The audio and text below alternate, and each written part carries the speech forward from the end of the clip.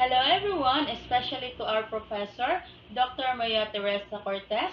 I am here today to discuss about my topic in Educ613, Comparative Education. But before that, I want to give you some hints. Do you know that Philippines is conquered by different countries? That is why our educational system also varies. So here we go. The overview of the Philippine educational system. The Philippine educational system is divided into pre-colonial period, Spanish contribution, American contribution, Japanese contribution, and the present educational system.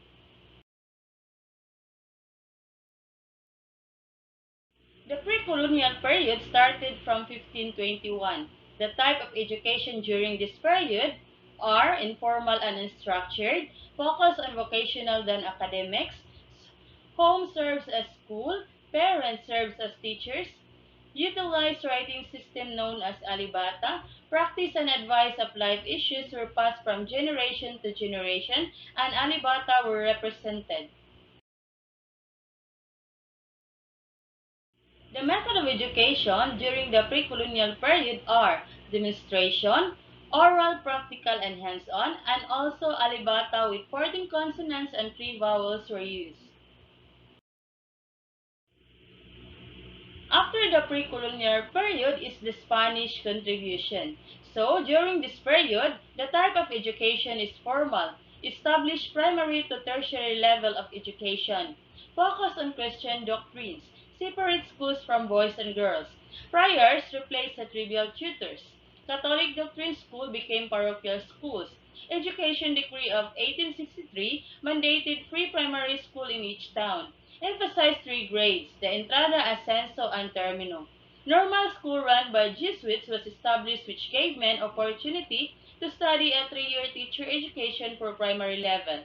Normal school for women was established in 1875 in Nueva Cáceres. The method of education during the Spanish period are catechetical instruction, use corporal punishment, rote memorization, and instruction was in dialect. After the Spanish are the American. So the American contribution started from 1898 to 1935. So the type of education are prescribed, uniform, and centralized, formal, structured, and existence of an educational system. Act number 74 was installed in 1901 by the Philippine Commission to bring more than 1,000 English teachers called Tomasites in the Philippines. Aside from that, a law established by Philippine Normal School to train Filipino teachers.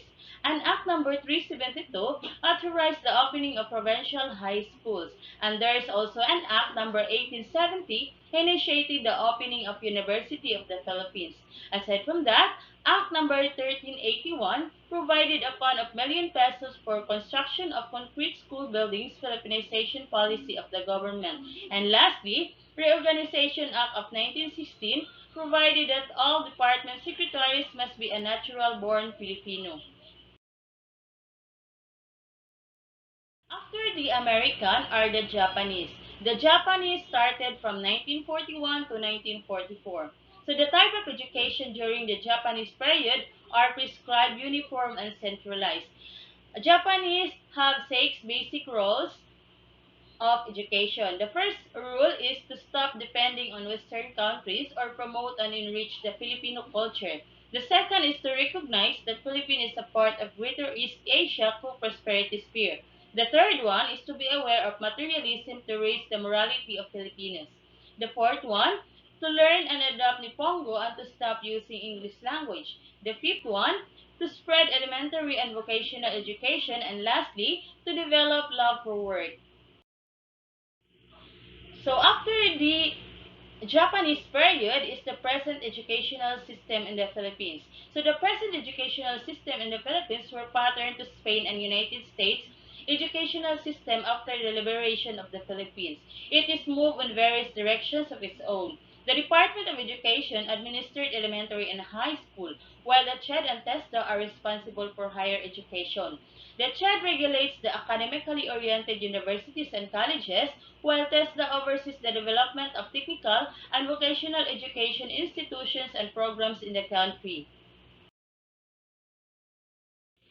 The education in the Philippines were managed and regulated by Department of Education or DepEd, Commission on Higher Education or CHED, and Technical Education and Skills Development Authority or TESDA. So let us tackle now about the educational system used from 1945 to June 5, 2011. The school, the grade, other names, and the ages. Kindergarten or the primary, then primary starts from grade 1 up to 6, then secondary starts from first year up to fourth year. So this is the previous curriculum before the K-12 curriculum. Start of 21st century second decade saw a major improvement in the Philippines education system. In 2011, the Department of Education started to implement the new K-12 educational system, which also include a new curriculum for a school nationwide. The K-12 program has so-called the phase implementation, which started in school year 2011-2012.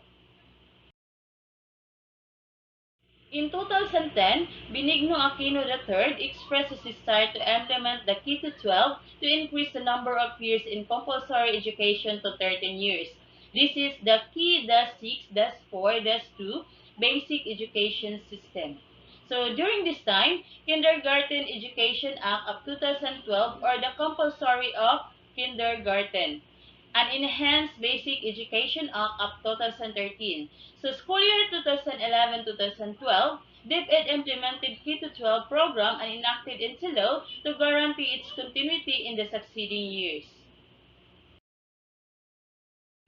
So these are the features of K-12 education program.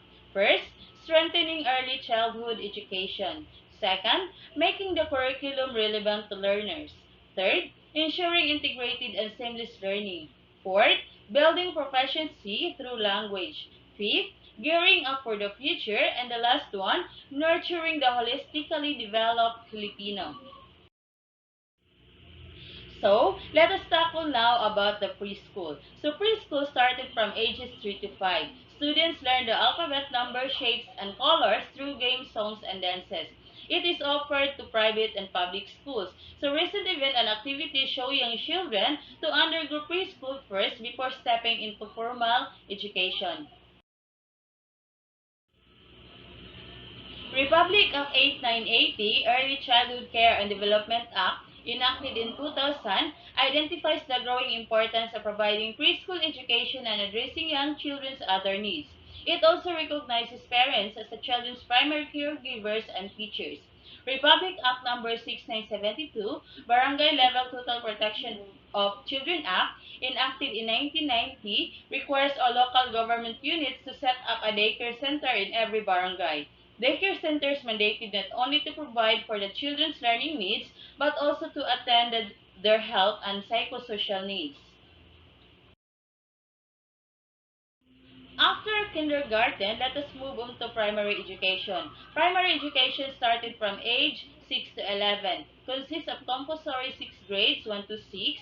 The primary level starts from grade 1 to 3. Intermediate level starts from 4 to 6. The subject taught during the primary education are mathematics, science, Filipino, English, Kasi, MAPI, computer education, and Heli. The primary education medium of instruction starts in grade 1 to 3 are mother tongue based except for Filipino and English. In grades 4 to 6, Filipino and English were used. Primary education, let us focus on secondary education, ages 12 to 17. It is a prerequisite of which is the completion of elementary education. 4 years of junior high school and 2 years of senior high school. Junior high school is composed of grade 7 to 10. Senior high school is from grade 11 and 12. Junior high school, the subjects are taught from the simplest concepts to more complicated concepts through grade levels in spiral progression. Subjects are connected and integrated from grade 7 up to 10. While in senior high school, 2 years of specialized upper secondary education. Choice of career track will define the content of the subjects a student will take in grade 11 and 12. Subjects fall under either the core curriculum or specific tracks. Senior high school core curriculum have 7 learning areas under the core curriculum. These are the languages, literature, communication, mathematics, philosophy, natural science, and social sciences. The senior high school track have academic track, technical vocational livelihood track, and arts and design track. In academic track, there are ABM, UMS, STEM, and GAS, while in TVL track, there are bread and pastry production, computer system servicing, cookery, food and beverages, beauty and nail care, dressmaking, carpentry, and electrical. So after the secondary level, let us move forward to tertiary or higher education. So CHED is responsible in the formulation and implementation of policies, plans, and programs for the development and efficient operation of the higher education system in the country.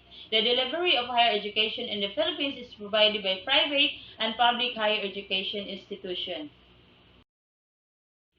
There are 3 degree stages of higher education. The first is bachelor degrees, minimum of 4 years in duration. Second is master degrees, typically span 2 years for full-time students, culminating with minor thesis or comprehensive examination. And the third one is the PhD degrees, doctor of philosophy involve great deal of coursework as well as dissertation that may comprise from one-fifth to one-third of the final grade. After the formal education is the non-formal education. Non-formal education, an organized learning activity aimed at attaining a set of objectives outside the established formal system intended for a particular clientele, especially the out-of-school youth or adult illiterates who cannot avail themselves of formal education. Courses are skills-oriented and range from 6 to 10 months.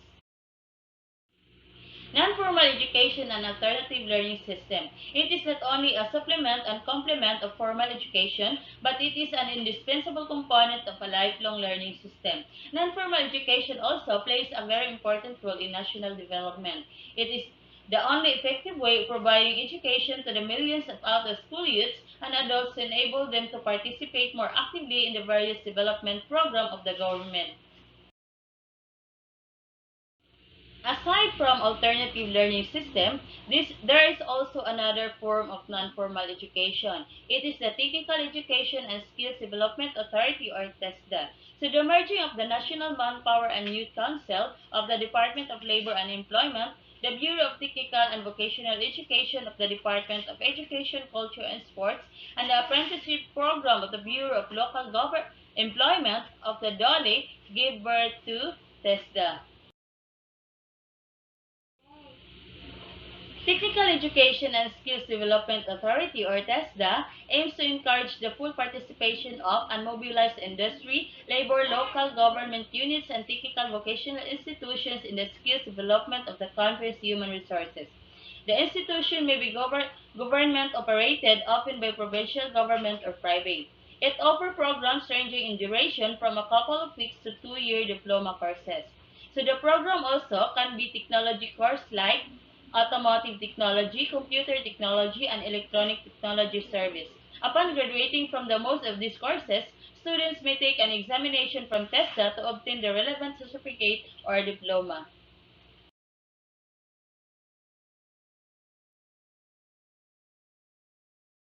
And that's the end of my report. I hope you learned something. Thank you for watching and listening.